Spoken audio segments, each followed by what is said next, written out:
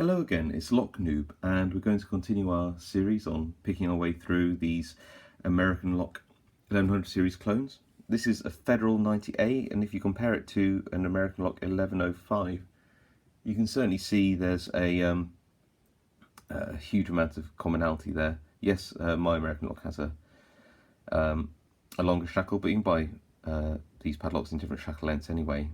Other than that, it's very similar, both aluminium bodied.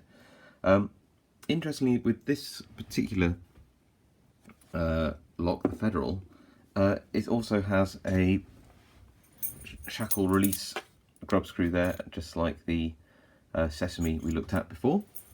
And just like the Sesame, this is lent to me by Pete Restall, who is a great picker, and he has his own YouTube channel, so go check out Pete Restall's YouTube channel if you want to see more great picking. Another interesting thing about this Federal is that unlike the American locks and some of the other ones we're looking at, this actually is a 1, 2, 3, 4, 5, 6 pin lock, which makes it an interesting and pretty tough challenge. So how am I going to pick it? Well, I'm going to try and pick this with a Mad Bob 1.2 curved pry bar. So if I put that at the top of the keyway or pin side, you can see that I can just rest my thumb and get tension. There's also enough room here for an 18 thousandths piece and gem to go between the warding and give me full range of picking inside. Okay, so without further ado, let's try and get this picked. It is not easy. I don't know what's in it, but I imagine it's full of all sorts of interesting gubbins designed to keep us pickers out. So, okay. So, there we go. 6, 5, 4, 3, 2. Click something on 2. 2. Does that click on 2?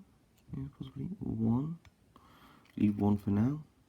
Okay, back to 6, 5, 5, 4. 4's bound. Come on, you. Nothing off. Come on,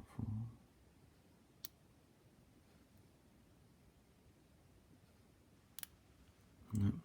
Reset. It's a tough old lock. Start front to back. Just this once. 1. Oh, no. Nope. Is that. Ah, we're in a full set of 1, possibly. Let's go to the back. 5. Oh, sorry, 6, 5, 4. We're on 4, yeah. 4. Is that. Is that 4? I think that's 4. 3, 2,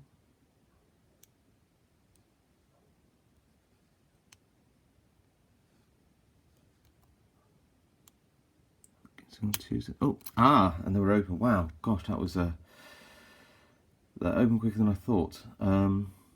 That's fine. No, we'll take that. We'll take that. I don't know why, but that was hard, and there was some heavy counter rotation on 2. I'm going to say 2 was a spool. Yeah, that was a toughie. Okay, I have to admit, it's one of the fastest times I've got into this lock. I don't know why I got in so quickly. So, but I'll take it. Well, let's not worry about why and how. Let's just gut this, and I'll see you in a second. Okay, we're back. Just finished gutting this Federal, which was a bit tricky because of the type of follower I have, and the type of rotation of the sort of well, the placement of the back of the core, because I need to make sure that is sort of going to, that curve there blocks the pins as we go, otherwise we end up tearing out the spring. So that was not a fun gutting, and one of the reasons why I just tend not to do these guttings on video it's too stressful by far. The important thing is now we've actually got this open. I can show you what pins is inside this Federal, and I'm actually quite impressed. So no serrated spools. We've got a couple of steel pins at the front. I think they're going to be anti-drill. There we go, and you can see that we've got some nice sharp serrations on pin 1. There we go. We've also got a load of spools at the top, and these are again very nice spools, nice and deep, and would explain why I've got such heavy counter rotation on 2. Nothing in here telling me why it picked so quickly. It's possible that I picked a couple of these pins accidentally at the same time. They're about the same height. So the key pins are mostly standard actually, apart from 2 serrated pins, 1 brass and 1 steel anti-drill. And the only other interesting pin here is this one, pin 5. The driver pin of pin 5 is one of these sort of barrel pins or tapered pins, whatever you want to call them. So there we go. So quite interesting lock. 6 pins really does make it a more difficult pick usually, as it's a bit of a tough one, that one. Other than that, relatively standard kind of stuff for these type of lock. Okay, thank you for watching. We'll crack on to another one of these types of locks next time. See you soon.